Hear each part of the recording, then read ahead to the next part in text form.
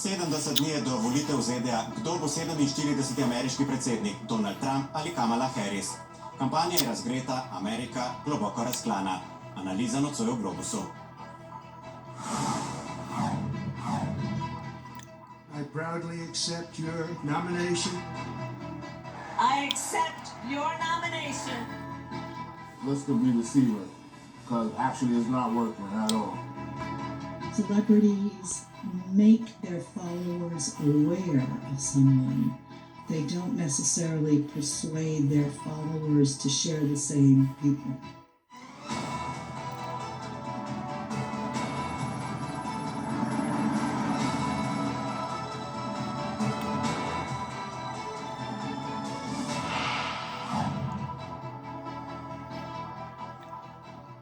Dobro večer. Bliža se eden pomembnejših političnih dogodkov leta – ameriške predsedniške volitve. Republikanska in demokratska stranka sta razgrnili svoje karte, obe 5. novembra pričakujeta zmago. Glavna kandidata Donald Trump in Kamala Harris pa volivce svarita pred uničujočimi posledicami, če bo zmagal nasprotnik. Politične delitve v ZDA so velikanske, kandidata za predsednika pa obljubljata zedinjenje Američanov. Začenja se finale tekme za Belo hišo.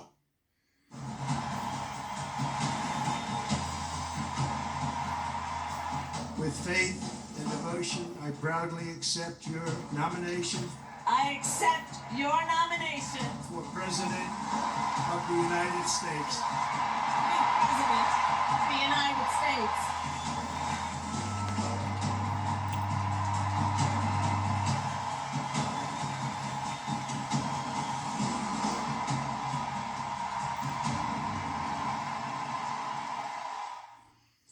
Vprašanje je torej, ali bodo Američani prvič v zgodovini izvolili predsednico ali pa se bo drugič doslej v Belo hišo vrnil nekdanji predsednik. Edini, ki mu je to uspelo, je bil v 19. stoletju demokrat Grover Cleveland. To bo torej skušal ponoviti Donald Trump, 78-letni poslovnež, nekdanji predsednik, ki ga nekateri ljubijo, drugi pa sovražijo. Tretjič zapored ga je republikanska stranka postavila za svojega kandidata. Za podpredsednika, če bo izvoljen, si je izbral 40-letnega senatorja iz Ohaja J. D. Vansa, njegovega nekdanjega nasprotnika, zdaj pa glasnega podpornika gibanja MAGA, ki sledi Trumpovi paroli Naredimo Ameriko spet veliko. Trumpovo kampanjo spremljajo številni sodni procesi, v enem primeru mu je bila izrečena celo obsodba, julija je preživel tudi poskus atentata. Demokratska stranka pa v ogenj pošilja zdajšnjo podpredsednico Kamalo Harris, 59-letna nekdanja tožilka in senatorka iz Kalifornije, je v ospredje stopila potem, ko so zdajšnjega predsednika Bidena po poraznem soočenju s Trumpom dobesedno prisilili k umiku. Je potomka priseljencev iz Indije in z Jamajke, ženska na najvišjem političnem položaju v ameriški zgodovini. Za podpredsedniškega kandidata si je izbrala nekdanjega srednješolskega učitelja, sicer pa guvernerja Minnesote, 60-letnega Tima Walza. In kakšno politiko kandidata obljubljata Američanom, kako sta stranki na konvencijah to poletje začrtali svojo pot do Bele hiše? Andrej Stopar. Potem, ko so se julija s stropa športne arene Pfizer v Milwaukeeju tradicionalno spustili rdeči, beli in modri baloni, ki so jim v Trumpovi kampanji samozavestno dodali še zlate, skorajda ni moglo biti dvoma, kdo bo zmagovalec novembrskih volitev. I'm here tonight to lay out a vision for the whole nation, to every citizen, whether you're a young or old man or woman, Democrat, Republican or independent, black or white, Asian or Hispanic. I extend to you a hand of loyalty and of friendship. Podpredsedniški kandidat, ki je bil pravzaprav največje presenečenje konvencije, sprejet z navdušenjem, a je v mesecu dni zaradi spornih izjav že izčrpal del vznesenosti volivcev, je že koval načrte za Belo hišo. Together, we will make sure our allies share in the burden of securing world peace. No more free rides for nations that betray the generosity of the American taxpayer. In ko je bilo videti, da demokratsko kampanjo lahko reši le še čudež, se je ta 21. julija dejansko zgodil. Predsednik Joe Biden, ki ga je spodneslo televizijsko soočenje z Donaldom Trumpom konec junija, se je vdal pritiskom in odstopil od kandidature. Zaradi bolezni in obzirnosti, ali z drugimi besedami, zaradi občutka nelagodja na vseh straneh, se je Biden skupaj z novo kandidatko, podpredsednico Kamalo Harris, prvič v javnosti pojavil le nekaj dni pred začetkom konvencije na zborovanju v Marylandu. Chicagu pa je ostal le en dan in nato z družino odpotoval v Kalifornijo. It's been the honor of my lifetime to serve as your president. I love the job, but I love my country more. Bidenova takojšnja podpora Kamali Harris je bila ključna za uspeh njene kandidature in enotno podporo stranke. Za razliko od republikancev, kjer je Donald Trump že leta 2016 poskrbel za popoln prelom stranke z njenim izročilom in pometel tudi z vsakršno kontinuiteto, zaradi česar tudi še edini živeči nekdanji republikanski predsednik George Bush mlajši ni imel česa iskati v Milwaukeeju, so se demokrati z vso težo naslonili na tradicijo. Poleg zdajšnjega predsednika sta govorila tudi Bill Clinton in Barack Obama. We have a chance to elect someone who has spent her entire life trying to give people the same chances America gave her. Someone who sees you and hears you and will get up every single day and fight for you. Če je bila v Milwaukeeju za nekatere vendarle presenečenja udeležba Melanie Trump, ki tokrat sicer ni posebej aktivna v soprogovi kampanji, sta bila za demokrate samoumevna nastopa Jill Biden, največje zagovornice svojega soproga in vsaj do zdaj najbolj priljubljene demokratke Michelle Obama. In tukaj je bila še dama z neporavnanimi računi, velika zagovornica enakopravnosti žensk na samem vrhu. We kept our eyes on the future. Well, my friends, the future is here. In Kamala Harris je lahko mirno sprejela predsedniško nominacijo svoje stranke. Pri tem je obljubila, da bo predsednica vseh Američanov in oseba, ki bo državo zmeraj postavila pred interese svoje stranke in same sebe. Za Kamalo Harris in Tima Walza ter Donalda Trumpa in Jaya Dia Vansa se boj začenja šele zdaj. Pred njimi sta 2 meseca trdega dela na terenu, soočen in medsebojnih obračunov, napetih izidov javnomnenjskih raziskav. Nato pa bodo odločili volivci, koga dejansko želijo v Beli hiši. Volivci ali pa spet aritmetika štetja glasov ameriškega volilnega sistema. In zdaj še neposredno k našemu dopisniku v Washington. Kolega Stopar, obe konvenciji si spremljal v živo. Kaj po tvoji oceni najbolj izstopalo na kateri od njiju? Seveda je mogoče potegniti vzporednice, kajti obe konvenciji sta potekali z izrazitim pečatom navdušenosti. A če je pri republikancih to navdušenje izviralo iz občutka gotove zmage, oziroma prepričanja v gotovo zmago Donalda Trumpa na novembrskih volitvah, je pri demokratih izviralo iz občutka olajšanja. Kot je dejal eden izmed političnih strategov demokratske stranke, je mogoče vstop Kamale Harris v igro primerjati z učinkom defibrilatorja. Pognala je kri po žilah volilnega telesa demokratov in povzročila nekaj podobnega, kar je povzročil Donald Trump pri republikancih.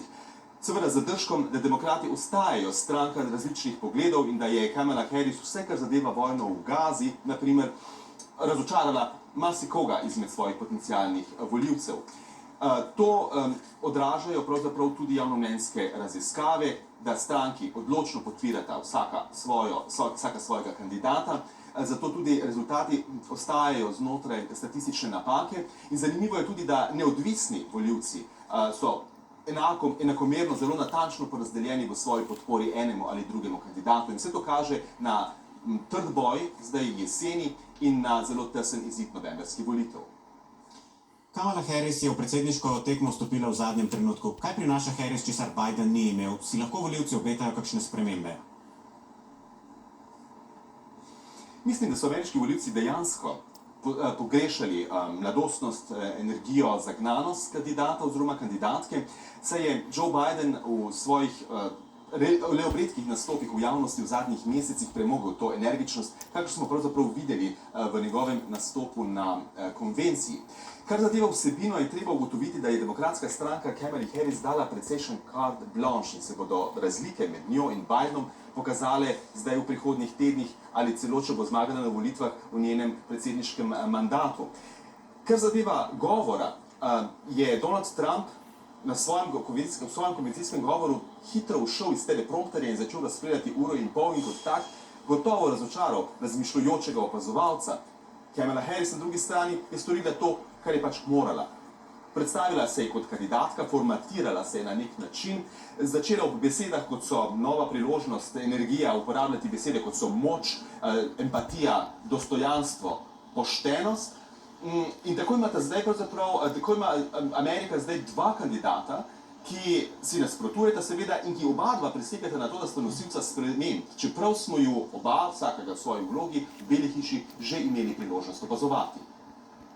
Andrej, najlepša hvala. V prihodnjih tednih se bomo seveda še večkrat pogovarjali. Zdaj pa bomo pogledali, kako ameriška družba spremlja volilno dogajanje. Država je politično zelo razklana, družba vse bolj razslojena, v središču kampanje pa so se znašli priseljevanje, pravica do splava, vojna v Gazi. A od nekdaj velja, da pri Američanih ob oddaji glasu odloča zlasti gospodarstvo. Vid Babič. Številke so zgovorne.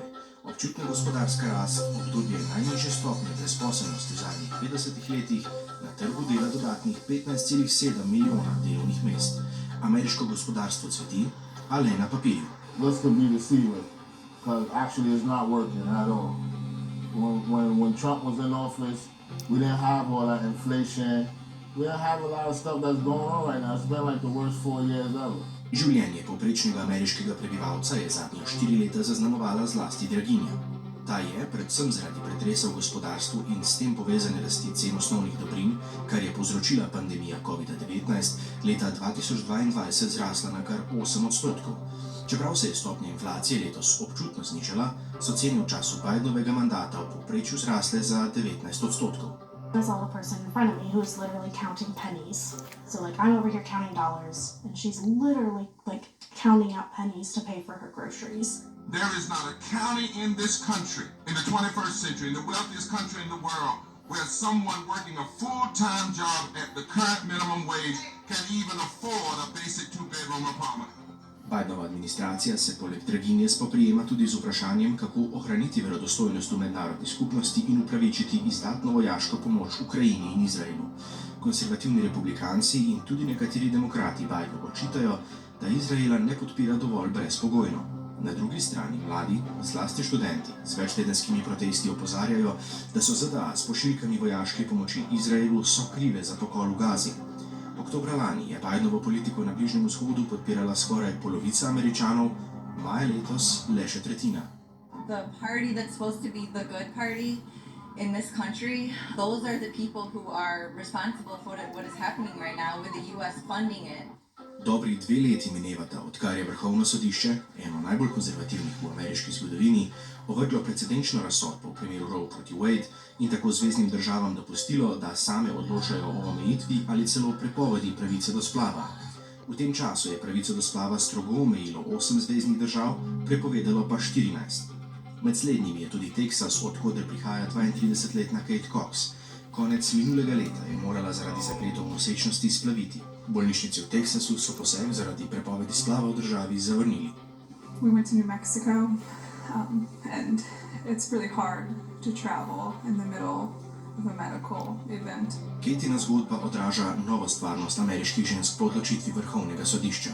Razprava o teh vprašanjih otežujejo moderne komunikacijske tehnologije, zlasti preplet družbenih omrežij in umetne inteligence, kar pospešuje ustvarjanje in širjenje lažnih novic in dezinformacij.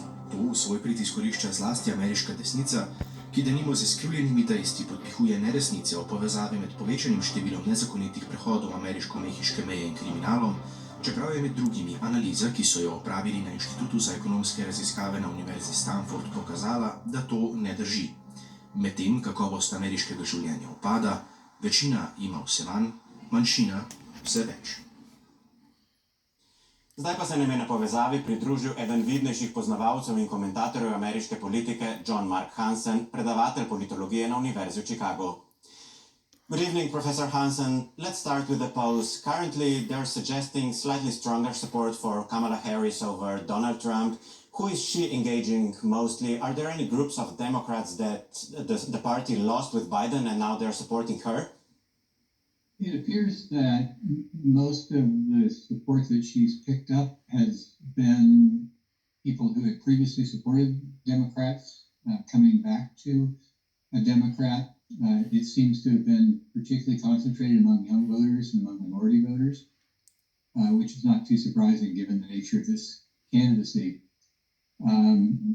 My understanding, I haven't looked myself carefully at the polls, but my understanding is that the support that she's gained has certainly gotten her past what President Biden was seeing in the spring before his disastrous debate performance. But it's not at the level that President Biden received in 2020. What about Trump's electorate? Has it changed anyhow from 2016 and 2020? It appears that there's been a significant shift toward the Republicans among Latino voters, and particularly among Latino men. There was a similar kind of shift that was being talked about from the polls among African American men. It's not clear that that's actually going to hold up.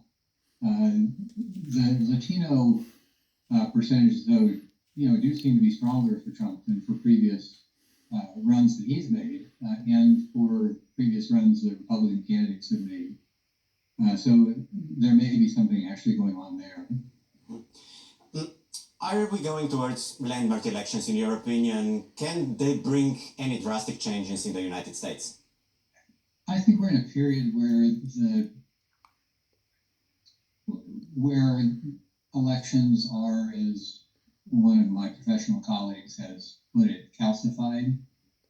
The parties are polarized. The parties in the electorate are polarized. The strength of people's commitment to their political parties has increased over the last 8 years. It's really quite striking. The country is very, very evenly divided, which also helps to strengthen people's commitments to their parties. And so I think it's going to be a while before that settles back down. What we will see, what could matter, is that if Kamala Harris is able to prevail in the fall, that presumably will be the end of Donald Trump in national politics. And it's an open question, I think, whether the MAGA movement, even though it has become the entirety of the Republican Party, it's basically become a cult of personality around Donald Trump. And we'll see whether he can hand that off to another candidate. I'm actually kind of skeptical of that. I think it's very personalized, and many people in polls will tell you that among Trump supporters, that their support is for Trump, it's not for Republicans. And so if that should happen, it will be a challenge for the Republicans to pivot to something new to appeal to voters. And it will be a challenge for all of us to get to the point where we can talk to each other again and actually, have conversations across party lines that are productive for the country. Okay, thank you for now. I'll be back with you shortly. Pogovor bomo nadaljevali takoj po kratki prekinitvi. V drugem delu podrobneje zlasti o tem, kje bo bitka za glasove volivcev najostrejša.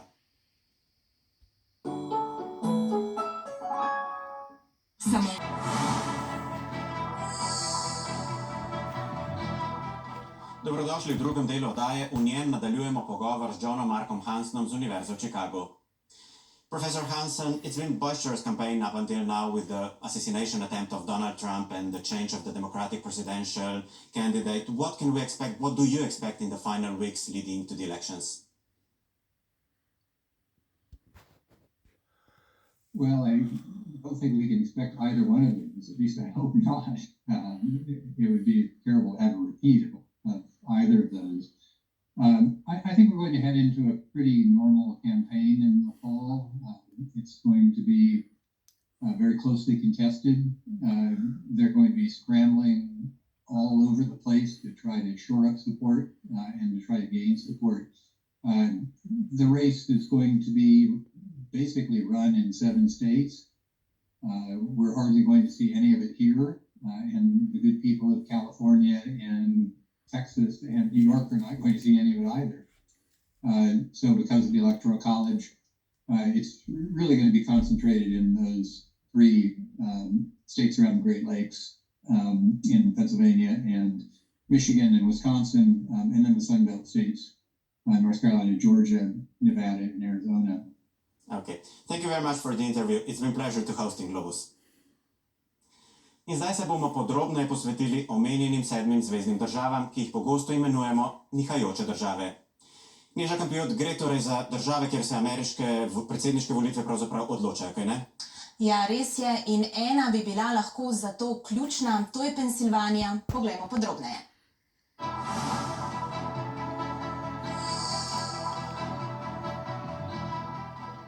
Kandidat za izvolitev potrebuje najmanj 270 elektorskih glasov. Časopis New York Times je izračunal, da ima glede na tradicijo v posameznih zvezdnih državah demokratka Kamala Harris zagotovljenih 226 glasov, republikanec Donald Trump pa 219. A ključnih bo 93 elektorjev iz držav, v katerih torej ni mogoče vnaprej napovedati, za koga bo glasovala večina. Poglejmo zemljevid ZDA. V državah, ki so obarvane modro, raziskave napovedujejo zmago Harrisovi, v rdečih pa ima prednost Trump. V sivo obarvanih državah bo potekala bitka za Belo hišo. To so tako imenovane swing states ali v prevodu nihajoče države, pravijo jim tudi battleground states oziroma države bojišča. Letos je, kot je že povedal naš sogovornik, nihajočih držav 7. To so Georgia, Severna Karolina, Pensilvanija, Michigan, Wisconsin, Nevada in Arizona. A vse v predsedniški tekmi nimajo enako odločilne vloge. Najpomembnejše so bolj naseljene, ker imajo v skladu s tem največ elektorskih glasov. Med njimi tako izstopa 5. najbolj naseljena ameriška zvezna država, to je Pensilvanija z 19 elektorskimi glasovi. Jeziček na tehtnici je bila že na predsedniških volitvah pred 4 leti in tudi letos bi bil lahko odločilen razplet v tej zvezni državi. Zato ni čudno, da sta tokratna kandidata veliko pozornosti namenila prav predvolilni kampanji v Pensilvaniji. V tem mesecu sta jo oba obiskala in takole nagovorila neodločene volivce. I wanted to stop by, so I could tell you all in person, looking at each of you in your eyes, that our nation is counting on you and your excellence. When I'm back in the White House, America's future will be built right here in Pennsylvania. And it will be built by American workers like you. Od vseh nihajočih držav je izid za zdaj najbolj negotov prav v Pensilvaniji, kjer sta bila Harris in Trump po ocenah New York Timesa prejšnji teden izenačena.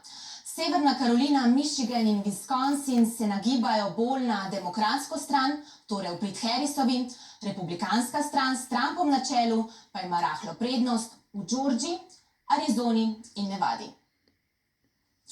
Poglejmo podrobneje še, kako so v teh nihajočih državah glasovali pred 4 leti, ko sta se na volitvah pomerila Trump in zdajšnji predsednik Joe Biden, ter pred 8 leti, ko je Trump premagal demokratko Hillary Clinton. Zanimivo je, da je leta 2020 Biden zmagal kar v 6 od 7 omenjenih zveznih držav, Trump je zmagal le v Severni Karolini. Leta 2016 je v roke Clintonove šla le zmaga v Nevadi, medtem ko je vse drugo pripadlo Trumpu.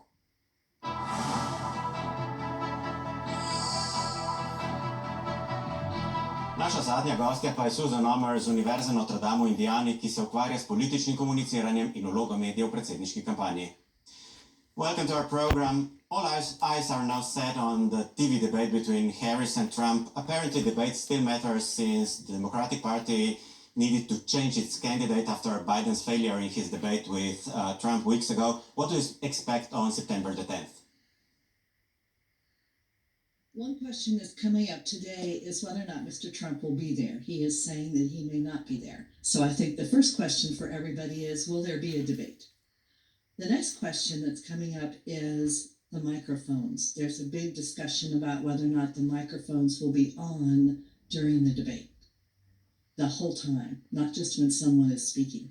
And the reason this matters is that if the microphones are on the whole time, someone can keep making comments. And according to reports today, Mr. Trump's campaign is afraid that if the microphone is on the whole time, he will be making comments the whole time. So this could be distracting. It could take away from the points that he's trying to make. So one thing that's interesting about debates is that they're partly about the questions. What is your view on this policy or that policy? But they're also about performance. Can you keep your cool? Will you lose your temper? Can you focus on the question? Can you interact with somebody without getting upset? So debates, I think, are really interesting for many people as a form of theater, of performance, as much as they are about content. And what's your view of the political culture and communication in this campaign? People are extremely interested in this campaign right now. People are aware of it. The choices are very stark. The candidates are not similar. They represent very different views. There's a lot of discussion, but people, I think, are still afraid to express their views publicly. There's so much division that when I talk with people or I see people talking in public, they're not sure what they can say. There's a reservation. Can I say this? Will somebody come back and argue with me? So there's a great deal of interest, but still some cautiousness about how much people can say to each other. Now, in US presidential campaigns, celebrities and donors play a really important role. Tell us, please, why would it matter the support of Lady Gaga, George Clooney, Taylor Swift, or Elon Musk for candidates? Each of those people, George Clooney, Taylor Swift, etc., have millions of followers. So the belief is that they will bring their followers with them, that if they express enthusiasm for a candidate, their followers will as well. So it's largely because of their role as influencers, as people who influence public opinion. Now, I think that's true to some extent. If someone wasn't paying attention to the election but cared passionately about Taylor Swift, it might focus their attention. But I would say if celebrities make their followers aware of someone, they don't necessarily persuade their followers to share the same people. There's loads of fake news on social media. What levels of disinformation have you noticed up until now in this campaign? It seems to be nonstop. I'm not online 24/7, but certainly there are websites that are nothing but disinformation. I think for me, the most striking level of disinformation is the number of commentators who just flat out lie, who say such and such happened when it didn't, or this is the statistic about such and such when it's not. So I suppose it's disinformation, but on a certain level, it's just flat out lies. If you say that the moon is green, it just isn't. Is that disinformation or is that just a lie? And how credible are polls at the moment? Can things change also depending on on the way media, traditional and social, will deliver the messages of the candidates? Absolutely. I think the polls right now are not dependable because most of them are within the margin of error. Usually the margin of error is 1 to 3%. Right now, both Harris and Trump are within 1 to 3 points of each other, so they're within the margin of error. I think what's significant is if there are any consistent trends, if one of them consistently goes up or one of them consistently goes down, if there's a pattern, that's significant. But right now, they're effectively tied. There's a lot of attention to polls, media focus on polls because you can produce beautiful pictures and their numbers, but they're effectively tied.